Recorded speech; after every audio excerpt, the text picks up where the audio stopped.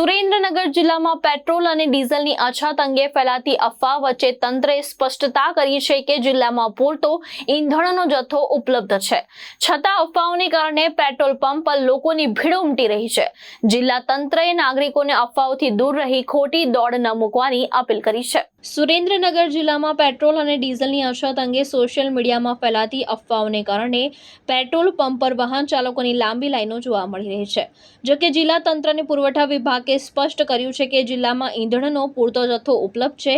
જિલ્લામાં અંદાજે 61,000 વાહનો માટે 13 લાખ લીટરથી વધુ પેટ્રોલ અને 21 લાખ લીટરથી વધુ ડીઝલનો જથ્થો ઉપલબ્ધ હોવાનું જણાવાયું છે। જિલ્લાના લગભગ 270 પેટ્રોલ પંપ પર શાંતિપૂર્ણ રીતે ઈંધણનું વિતરણ ચાલુ છે।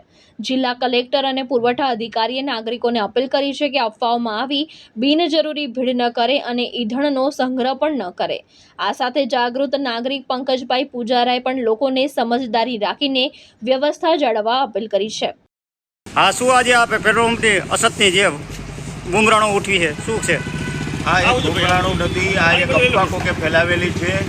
દેશ માટે જો તમે જાગૃત નાગરિક હોય અને દેશ માટે કંઈક કરી શકવા માંગતા હોય તો આવી અફવાને ધ્યાન ન દેવું જોઈએ।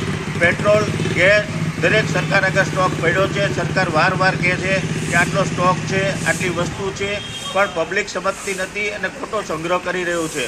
સરકારને મારે એવું કહેવું છે કે જે કાંઈ પેટ્રોલ કે ગેસ કે ડીઝલ જે કાંઈ ભરાતા હોય એના પેટ્રોલના ગેસની અંદર બેરલ, કેરબા આ બધું બંધ કરાવવું જોઈએ અને પોતાના વાહનની અંદર જ પેટ્રોલ પુરાવવું જોઈએ અને વાહનની અંદર જ ડીઝલ પુરાવવું જોઈએ।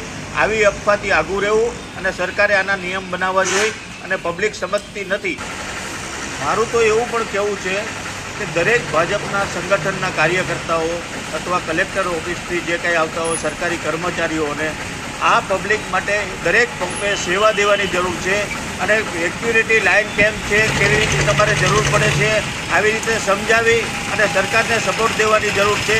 જ્યારે તમે મત લેવા જાઓ છો ત્યારે ઘરે ઘરે આ બધું સમજાવો છો તો અત્યારે દેશને આફત હોય ત્યારે સંગઠનો બહાર આવી અને દરેક પંપે લાઇનમાં ઊભા રાખી માણસોને શાંતિથી સમજાવી અને સેવાનું કામ કેમ નથી કરી રહ્યા। મહેશ ઉતેરિયા, દ્રષ્ટિકોણ ન્યૂઝ, સુરેન્દ્રનગર।